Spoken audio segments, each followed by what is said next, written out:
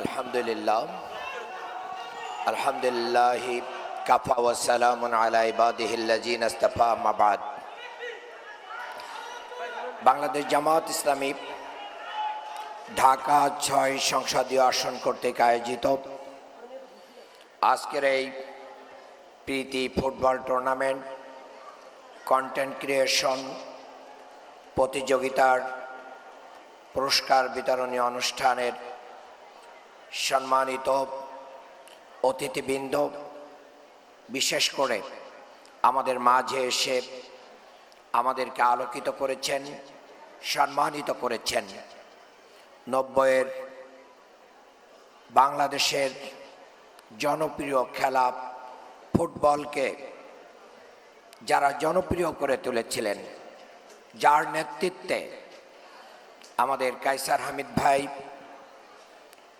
যিনি অনেক ব্যস্ততার ভিতরে দুইবার আজকে এখানে এসেছেন, আমি অন্তরস্থল থেকে তাকে ধন্যবাদ জানাই, কৃতজ্ঞতা জানাই। উপস্থিত হয়েছেন আমাদের দ্বিতীয় স্বাধীনতায় যারা জীবন দিয়েছেন, শহীদদের গর্বিত আমাদের পিতৃবর্গ, যারা আমাদেরকে অনুপ্রাণিত করেছেন, যারা সামনে থাকলে আমরা সকল দুর্যোগ ভয় মোকাবেলা করে সম্মুখ পানে এগিয়ে যাওয়ার সাহস দেখি।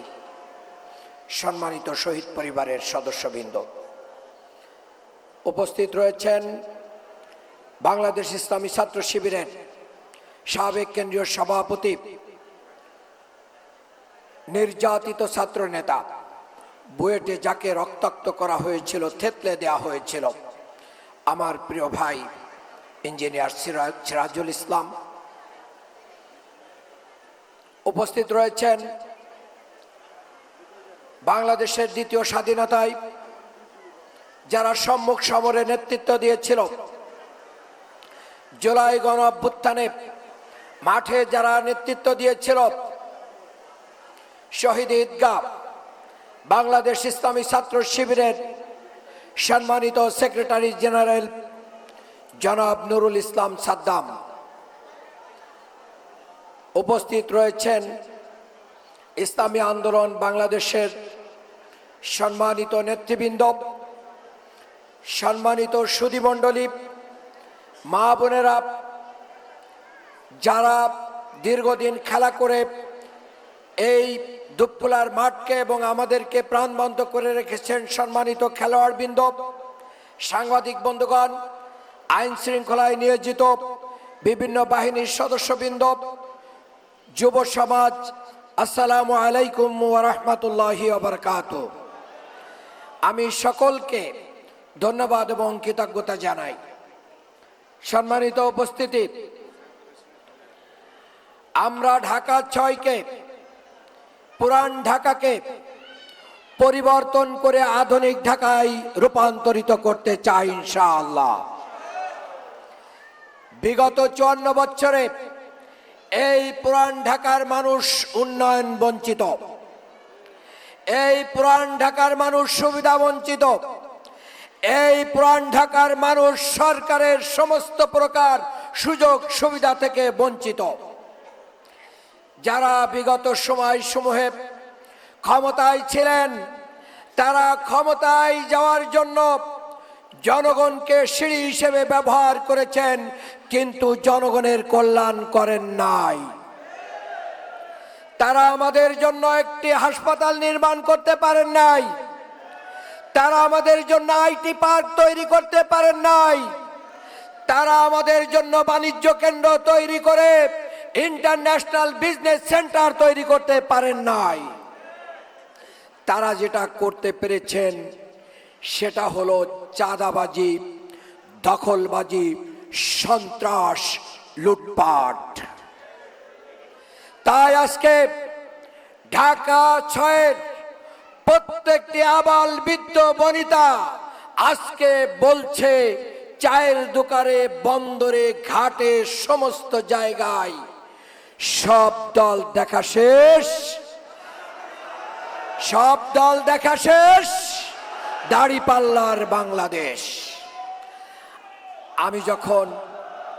আমি যখন মানুষের দ্বারে দ্বারে যাচ্ছি, প্রতিটা মানুষ একটি কথাই বলছেন আমাদেরকে, মান্নান ভাই, ভোট আমরা দাঁড়িপাল্লাই দিব ইনশাআল্লাহ।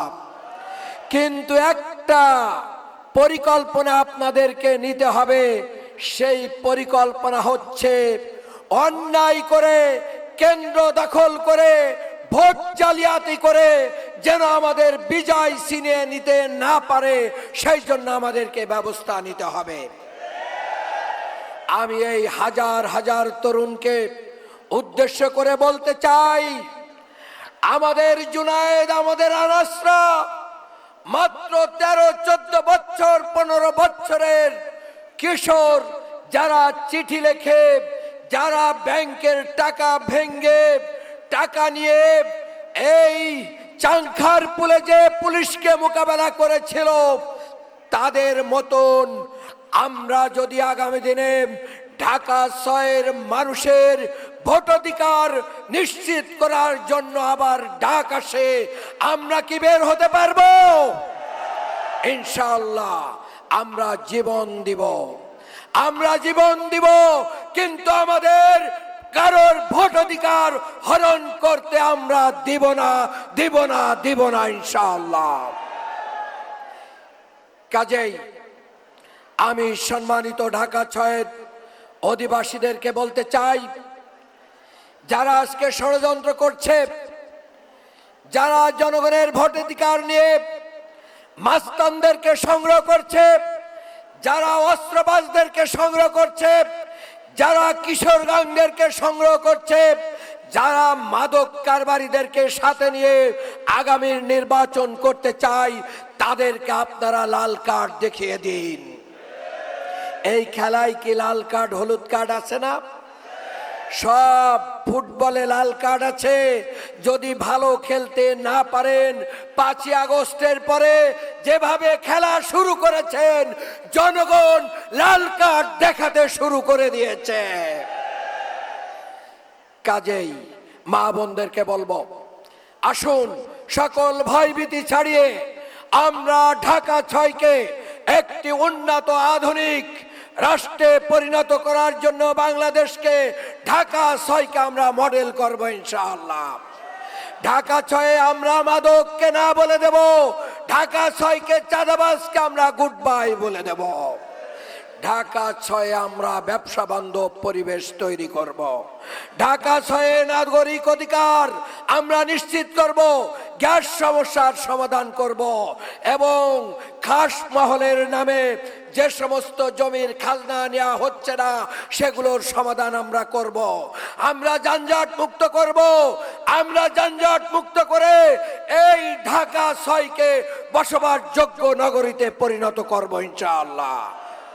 সেই কাজে আমরা আপনাদের সহযোগিতা চাই, আপনাদের ভালোবাসা চাই, পরামর্শ চাই।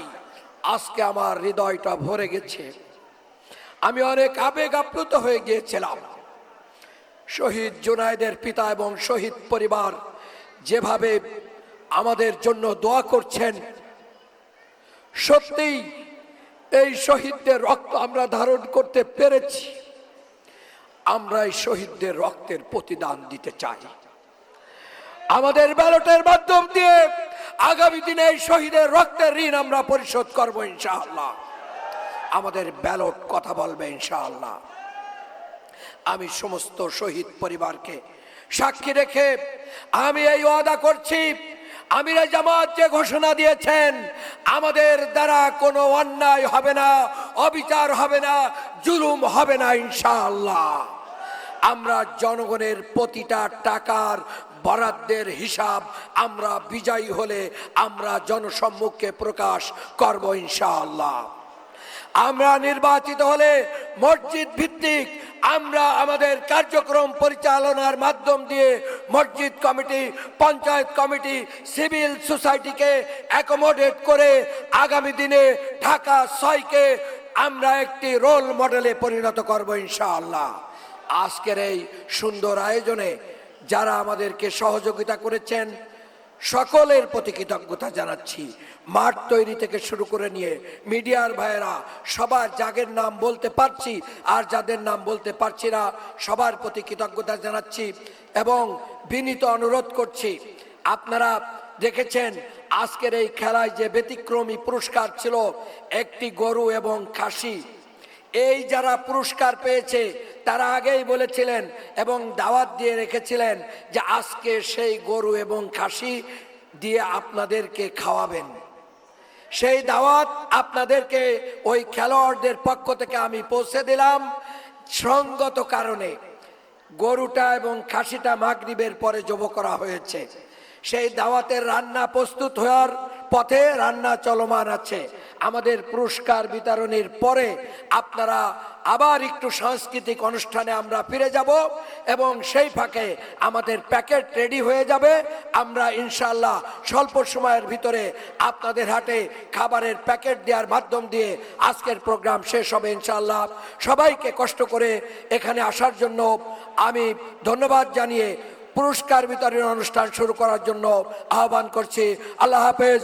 বাংলাদেশ জিন্দাবাদ, বাংলাদেশ জামাত ইসলামী জিন্দাবাদ, দাঁড়িপাল্লার জয় হোক।